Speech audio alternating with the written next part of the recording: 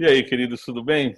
Espero que acessando esse link vocês consigam ter um pouquinho da experiência que nós, professores, eu e o Caiafa, temos ao longo da nossa vida, né? Eu sou um homem da ciência. Desde pequeno, minha mãe fala que eu sou muito curioso. E E isso, que homem, hein? agora eu sou muito largo, né? Mas já fui pequenininho.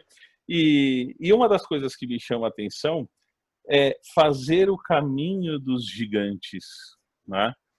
E aí, nas andanças que a gente tem, porque eu acho que a maior aplicação que a gente pode ter em nós mesmos é o conhecimento e o repertório, né, principalmente o repertório de viagem, eu me deparei com a Abadia de Westminster alguns anos atrás, aonde estão muitos, né, dos pilares da ciência mundial. Lógico que eles estão enterrados aqui, mas é muito bom ter esse gostinho de pisar onde eles pisaram, né?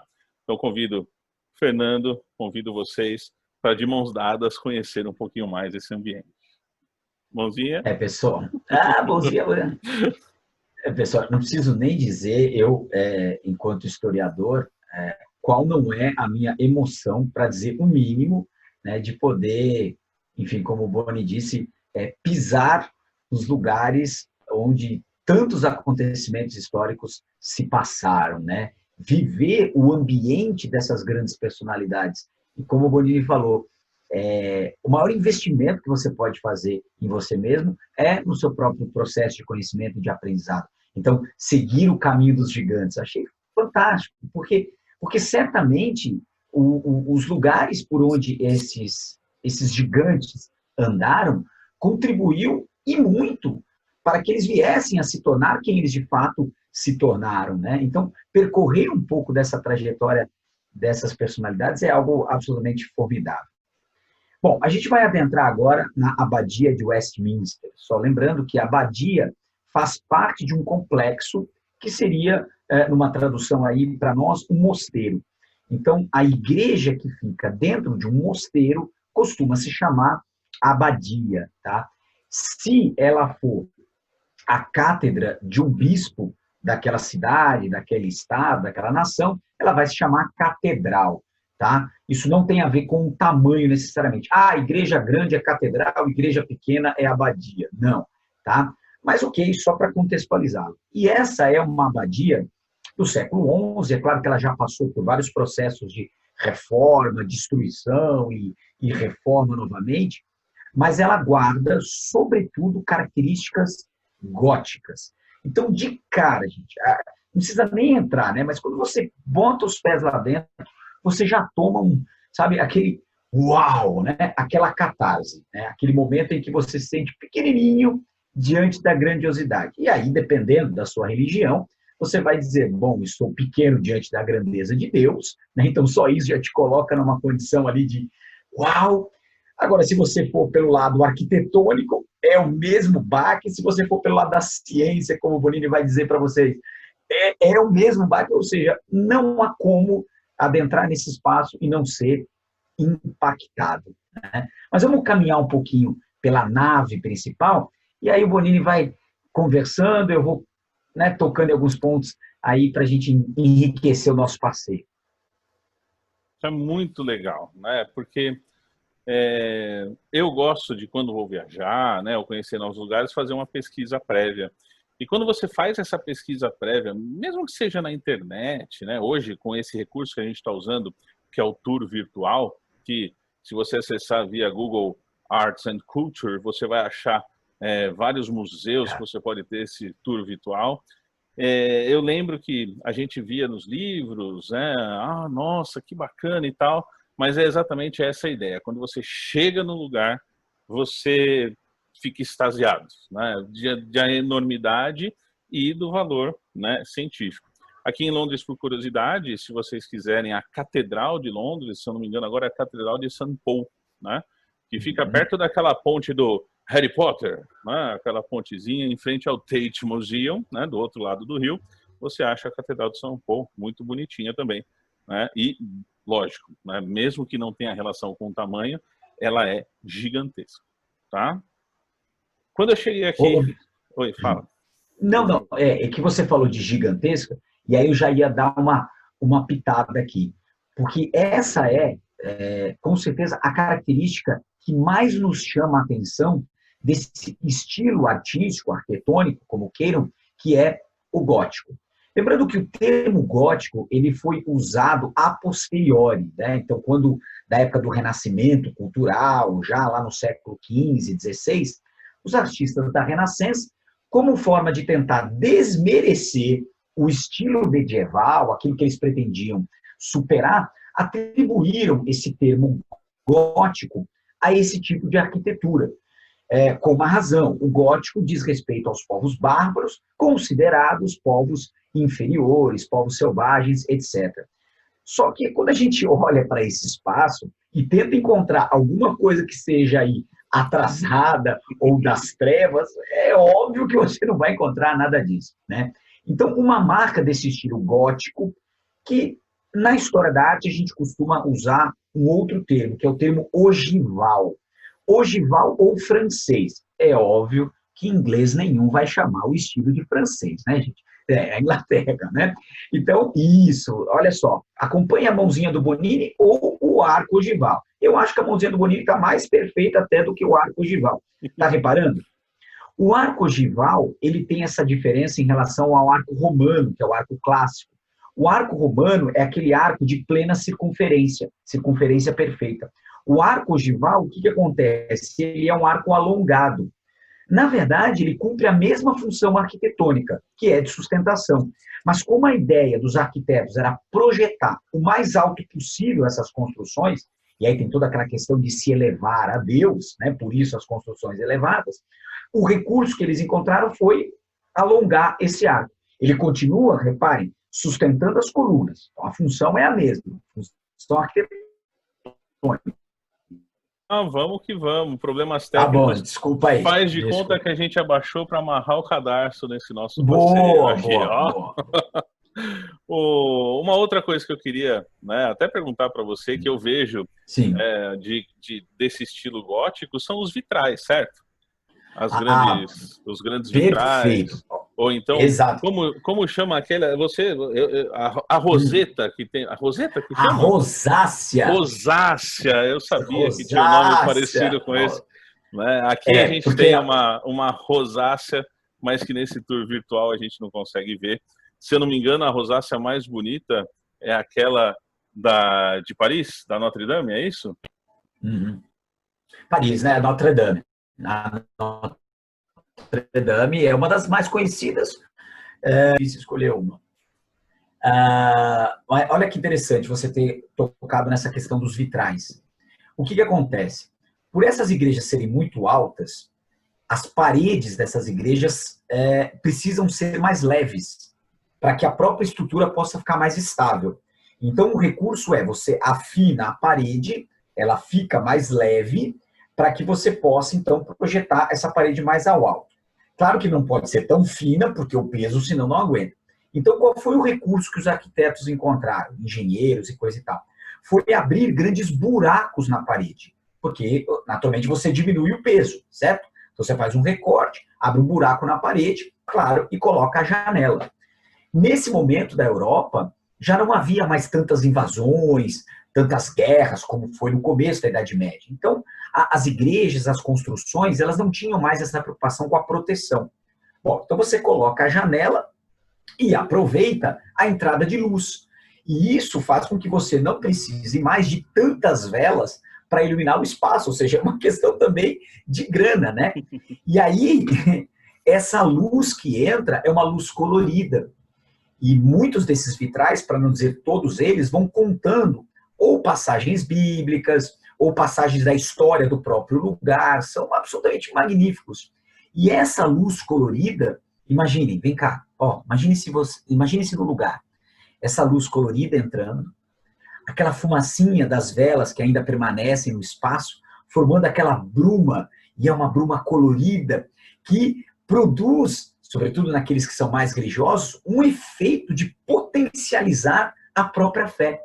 Os antigos falavam que é a própria luz de Deus que adentra a esses espaços. Então, essa é uma outra característica importante do gótico, o uso de vitrais coloridos. Aqui, acho que o mais próximo da gente de algo parecido com isso seria a nossa Igreja da Sé, em São Paulo, Catedral da Igreja Sé. da Sé, Catedral da Sé.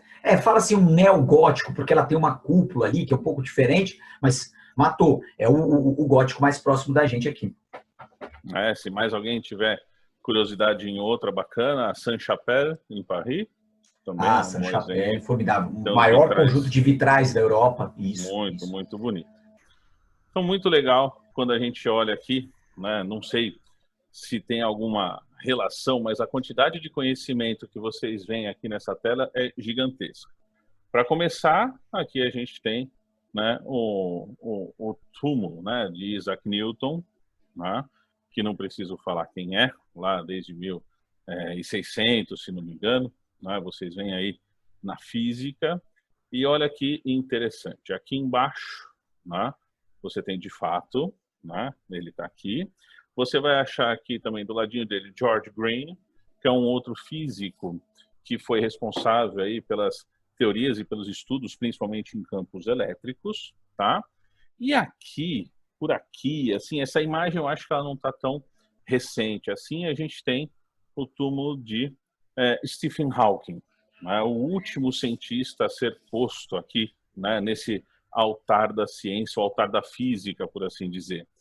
E é interessante porque há mais de 40 anos ninguém era colocado, né, nenhum cientista tinha sido colocado nesse ambiente até o Stephen Hawking, né? Um outro cara que está aqui também é um que vocês estudam, o chamado Lord Kelvin, né, com aquelas contribuições para a descoberta dos elétrons, né? Então, é uma área, né, próxima, né, a um local importante da igreja aqui, né, que está destinada à ciência. E eu já quero até mostrar desse ladinho, porque a gente vai dar uma volta e chegar aqui desse lado. Aqui nessa parede também tem coisa importante, e aqui no chão também, mas a gente pega na volta do caminho. Ok? Rafa, quer comentar alguma coisa em relação a esses grandes cientistas num local sacro desse? Parece até uma antítese, né?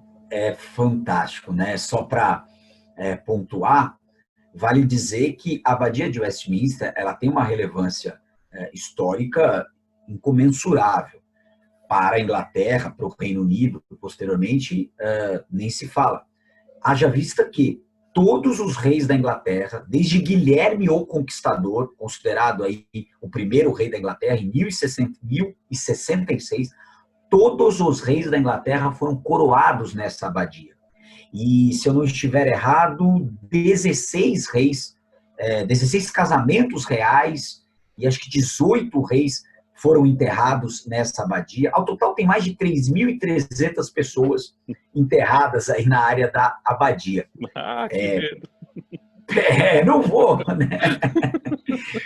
Tem que ter medo dos vivos, já dizia minha santa avó, viu? Você tem que ter medo dos vivos e não dos mortos.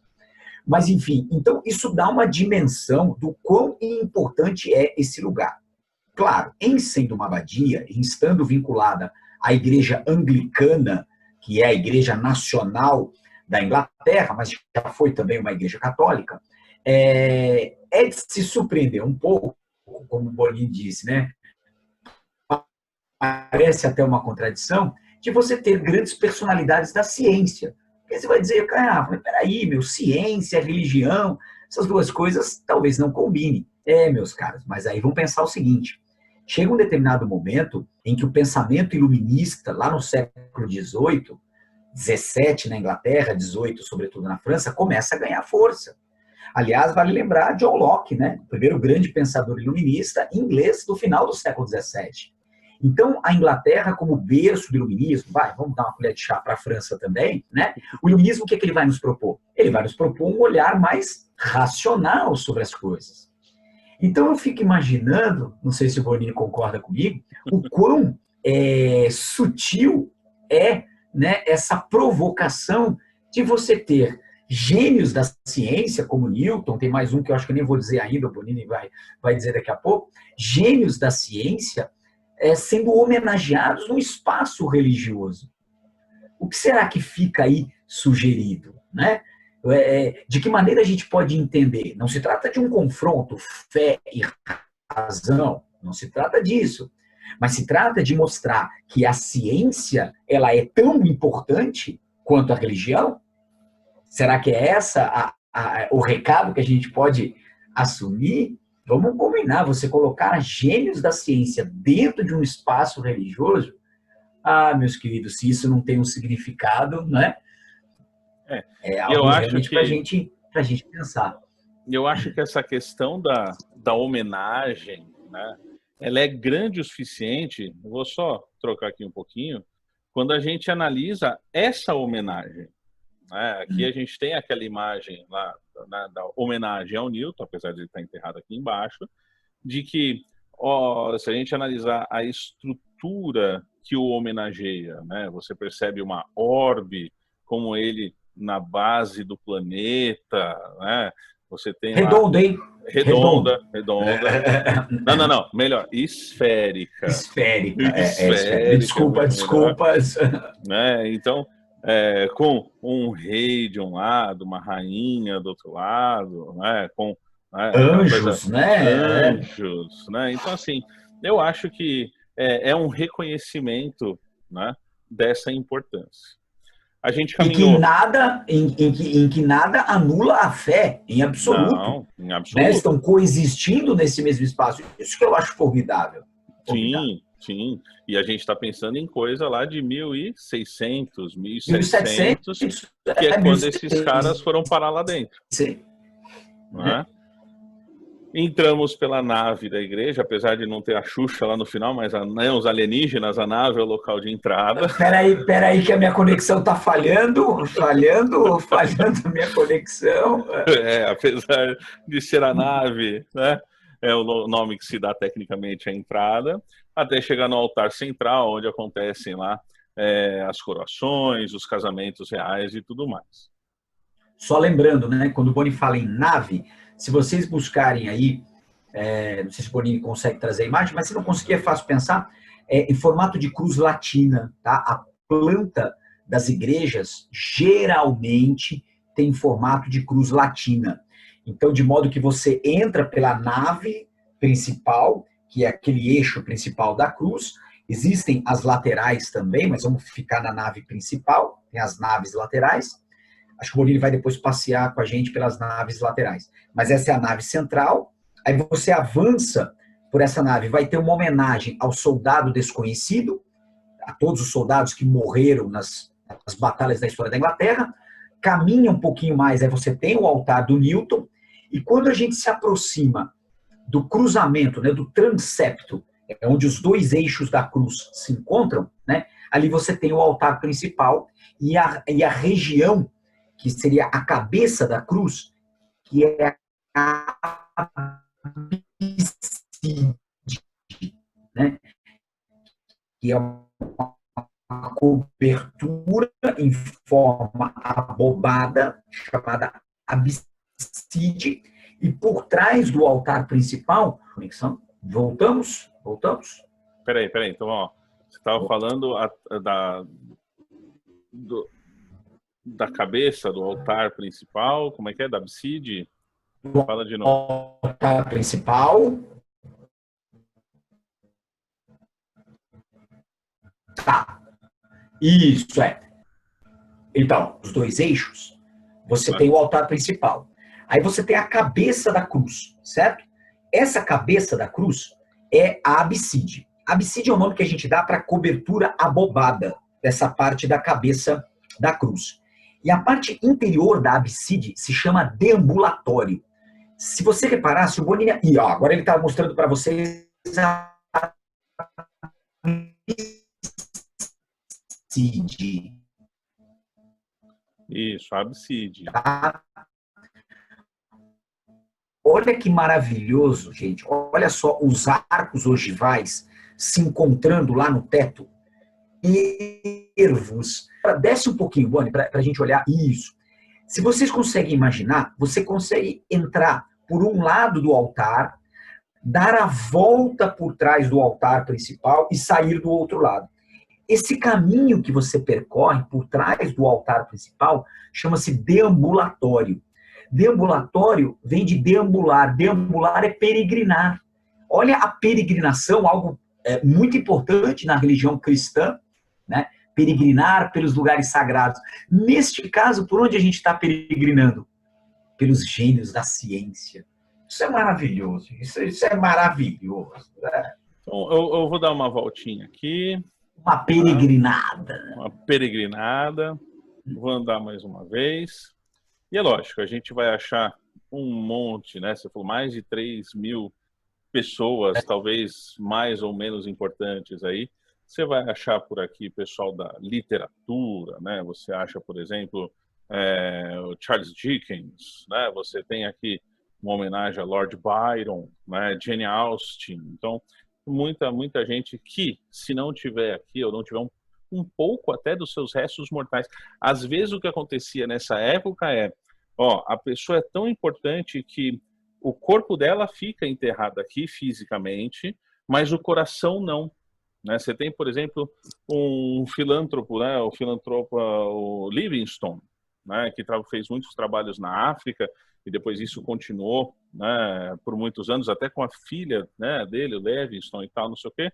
E aí ele tem o corpo aqui, mas o coração dele está enterrado lá na região da África, onde ele viveu. Eu acho isso, esse simbolismo, eu acho muito, muito legal. Só de pensar e lembrar um pouquinho, eu já fico até arrepiado. A hora que eu passei pelo deambulatório foi a mesma coisa. Né? Assim, a gente está fazendo uma visita virtual. Assim, eu faço votos para aqueles que ainda não tiveram oportunidade, sabe? Torço muito, assim. Como o Morim falou, o investimento, né? O investimento em você, cara. E assim, Caiafa, eu pensei que era muito mais difícil. Não precisa tanto. A gente não precisa ir lá para Londres para ver isso. Como eu disse, a gente tem aqui em São Paulo a Catedral da Sé, e embaixo da Catedral da Sé, a gente também acha pessoas ilustres e importantes que estão lá. Basta agendar uma visita, é muito bacana, né? E se você tiver no apetite, já aproveita, vai ao lado ali, tem o Mosteiro de São Bento, que é uma outra arquitetura também fantástica. Nós temos muitos tesouros aqui também, dá para a gente sentir essa experiência também. Aqui, voltando, né, lá para a entrada, uma outra coisa que me chama a atenção, na parede da direita, durante todo esse corredor, você vai encontrar grandes, como posso falar, nomes do exército, da marinha, né, principalmente na época das colonizações, aí, ou da defesa da Inglaterra. Você vai achar muitos dos que ajudaram financeiramente, alguns arquitetos. E aqui no chão, não por ser menos importante, a gente tem muitos artistas, né? Muitos músicos, arquitetos, né? Então, você vai achar alguns caras bem interessantes aqui. Visualmente, estamos voltando, né? O Newton, como referência, está aqui do nosso lado esquerdo. E eu queria fazer uma voltinha para o lado esquerdo. Aqui, nas costas de Newton, né? Está aqui a homenagem a Newton. Aqui a gente tem a homenagem a o Joule.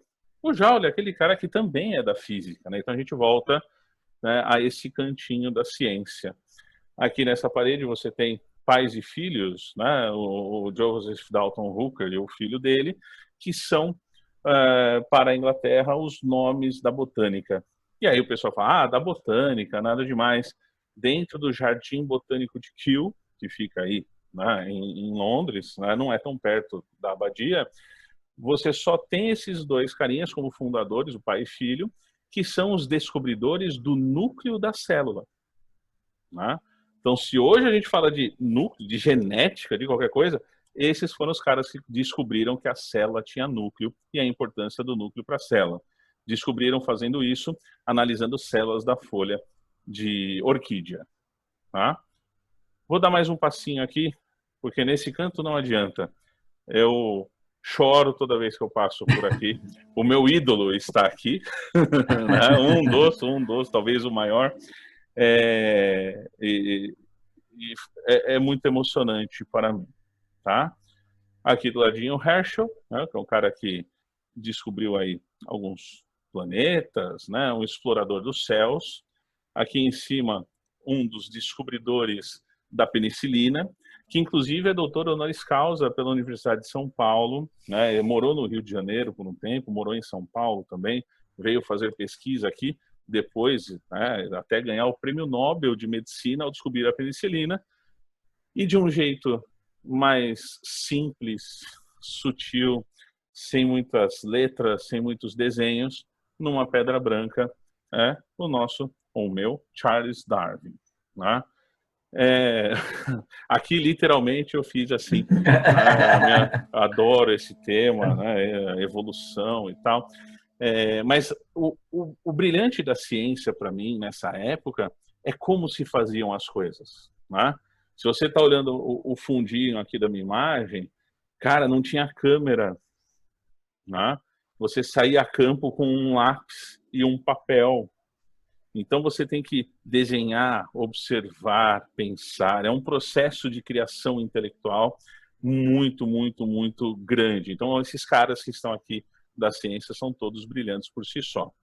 Mas tem a história do porquê o do Darwin é um pouquinho mais simples, apesar de ser branco, né? A lápide dele, aqui a pedra, porque ele não queria ser enterrado aqui dentro, né? Ele queria ser enterrado na sua terra natal, que é ficar nos arredores de Londres.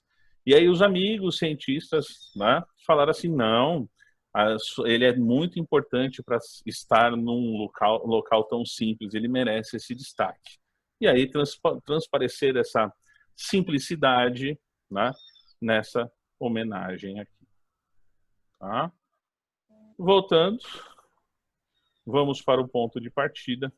Esse é só um pedacinho aqui, né? Eu acho que a gente não vai passar, mas na saída, na direção da saída, você tem o trono da coroação, né? Então você volta pela nave, que acho que agora não vai dar para ver, não deve estar aí nesse tour virtual, mas você tem o trono da coroação, que é onde, né? Olha lá, ali, ó, tá vendo no chão vermelho ali, tá vendo aquele detalhe em vermelho?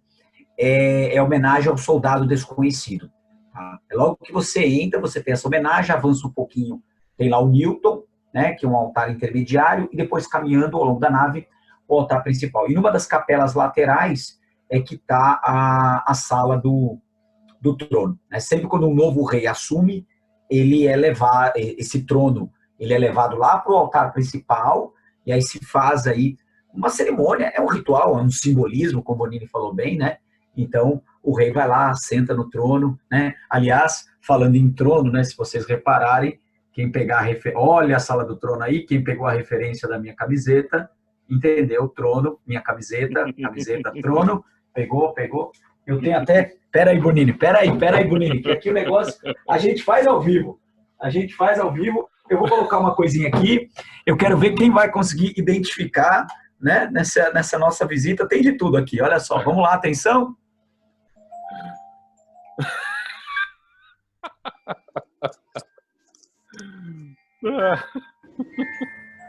Falando em trono, nós temos...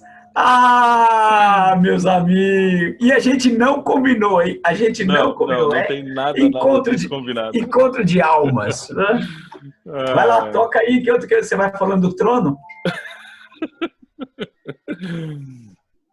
Então, queridos, a ideia era compartilhar com vocês um pouquinho das nossas alegrias e das nossas, né, inspirações, né, que, se mesmo dentro de casa estamos presos, pelo menos a gente consegue viajar um pouquinho na imaginação, tá? Fica a dica para vocês, né? Google Arts and Culture, você vai achar vários e vários museus, né, do mundo inteiro. E aí, aqui, no caso da Abadia de Westminster, você consegue fazer alguns desses tours aqui, tá? Então, um beijo para vocês, muito obrigado. Fê, obrigado. A gente decidiu fazer junto isso há mais ou menos, sei lá, antes da gente começar. Eu ia só ficar 10 minutos falando. Antes, me manda um WhatsApp e fala, vamos lá, agora? É para mostrar que a ciência, a história, o conhecimento, ele é divertido por si só, tem que fazer parte da sua vida isso.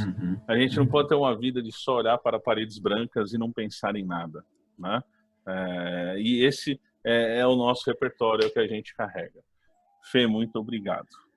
Que isso, meu querido. Eu só queria dizer que essa é a primeira de uma série de visitas que a gente vai fazer. O Bonini não estava sabendo disso também, então já está convocado, né? E depois a gente vai disponibilizar isso para vocês em alguns outros espaços aí, né? Porque é uma experiência maravilhosa, sabe? E que isso instigue vocês nessa busca pelo conhecimento também. Fiquem bem, quietinhos em casa. Em breve, montinho.